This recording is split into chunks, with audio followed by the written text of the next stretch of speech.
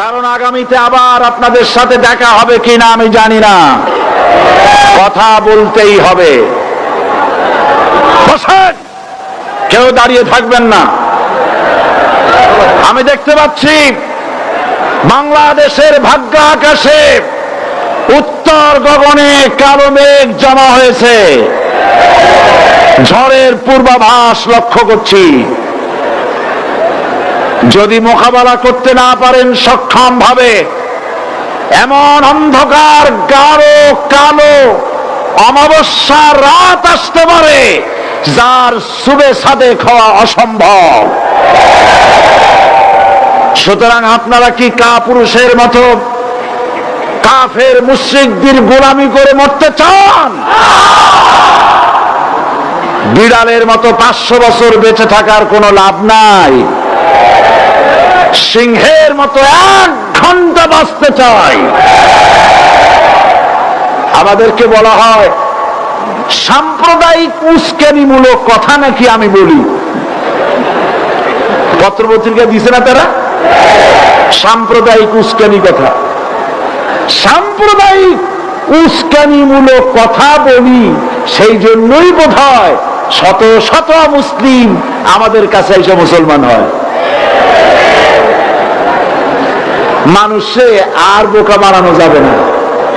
যাবে কি? আর বোকা বানানো যাবে? তারপর বলছে কি? এরপরে বলছে, আমাকে বলছে রাজাকার।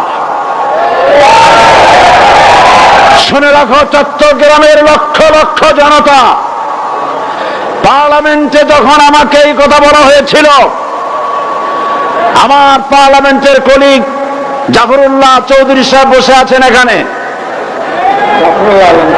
হ্যাঁ, জাফরুল ইসলাম চৌধুরী বসে আছেন পাশে। প্রধানমন্ত্রী সুদ্ধা, অন্তত 3 শতাধিক পার্লামেন্টের সম্মানিত সদস্যরা সেদিন বসা। 1997 সনের বাজেট বক্তৃতা যখন আমি করতেছিলাম, ডক্টর কুদরতে খোদা, নাম রাখছে কুদরতে খোদা, আসলে গজবে খোদা। এই লোকটি নাস্তিক, ইসলামের চূড়ান্ত দুশমন। তার প্রণীত শিক্ষা ব্যবস্থার যখন সমালোচনা করছিলাম, ট্রেজারি বেঞ্চ থেকে আমাকে বলা হলো রাজাকার। আমি আমার সমস্ত শক্তি একত্রিত করে বলেছিলাম, শুধুমাত্র হিন্দুস্তানের রাজাকারেরাই আমাকে রাজাকার বলতে পারে। আমি বলেছিলাম 1973 সন পর্যন্ত আমি বাংলাদেশের কোন রাজনৈতিক দলের নেতা এবং কর্মী ছিলাম না। আমি রাজাকার নই।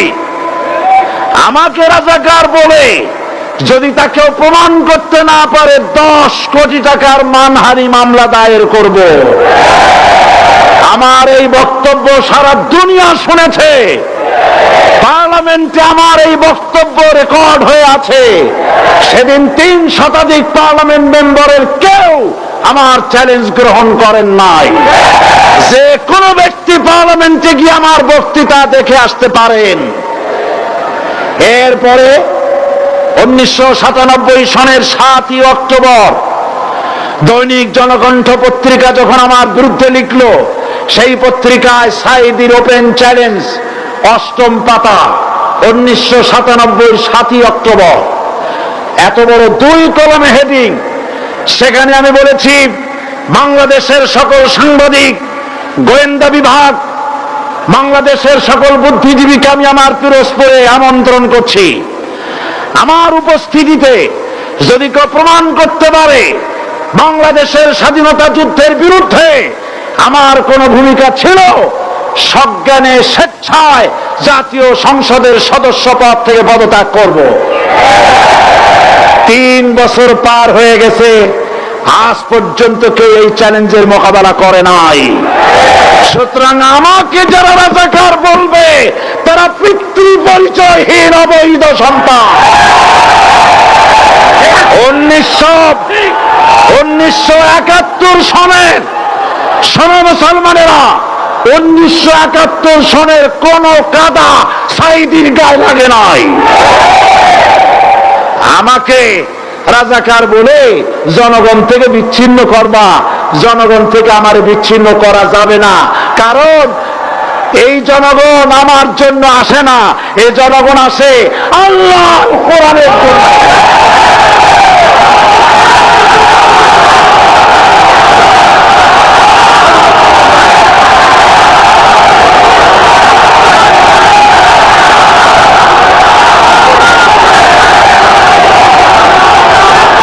আজকে আর যারা ইসলামের কথা বলে, যারা ইসলামের কথা বলে তারাই রাজাকার, তারাই মৌলবাদী। মৌলবাদী বললে আমরা অসন্তুষ্ট হই না, কারণ মৌলবাদী শব্দটা আসছে মূল থেকে। মৌল শব্দ এসেছে মূল থেকে। মূলবাদী তার মানে যারা মূলে আছে। মূল হলো কোরআন, মূল হলো হাদিস, মূল হলেন আল্লাহ, মূল হলেন আল্লাহ রাসূল। আমরা আছি মূলে। এখন বলেন তো মূলের শক্তি বেশি না আগার শক্তি বেশি? আমাদের যারা মৌলবাদী বলে ওরা হলো আগাবাদী। মূলে আছে কত কোটি? 12 কোটি। মূলে আছে কত কোটি?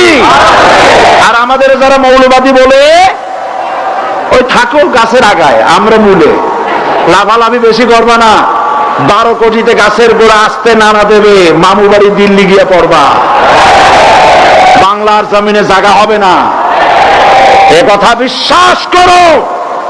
বাংলাদেশের মুসলমানদের শরীরে এক বিন্দু রক্ত থাকতে শয়তানের তৈরি করা ধর্ম নিরপেক্ষ মতবাদ বাংলার জমিনে কায়েম হতে দেওয়া হবে না, হবে না।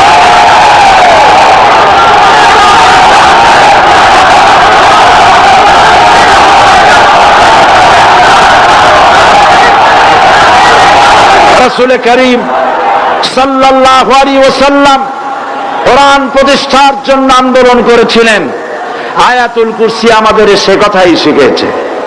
আল্লাহ রাব্বুল আলামিন বলেন, আল্লাহু লা ইলাহা ইল্লা হুয়াল হাইয়ুল কাইয়্যুম। প্রাণ খুলে পড়েন, আল্লাহু লা ইলাহা ইল্লা হুয়াল হাইয়ুল কাইয়্যুম। আল্লাহ হচ্ছেন তিনি, যিনি ছাড়া কোনো ইলাহ নাই, আইনদাতা নাই, বিধানদাতা নাই। আমরা মানুষের তৈরি করা আইন মানি না। 12 কোটি মুসলমানের দেশে আইন তৈরি করবে মানুষ, আমরা মানব না। পার্লামেন্টে তৈরি হতে হবে কোরআন দিয়ে, পার্লামেন্টে আইন তৈরি হতে হবে কোরআন দিয়ে। সুতরাং ভয় যতই পান আর যতই ষড়যন্ত্র করেন, 4 দল যখন একত্রিত হয়েছে, ঐক্যবদ্ধ থাকবে, সরকার ঐক্যবদ্ধভাবে গঠন হবে, নির্বাচন ঐক্যবদ্ধভাবে হবে এবং কোরআন হবে, আল কোরআনের পার্লামেন্ট হবে বাংলাদেশে।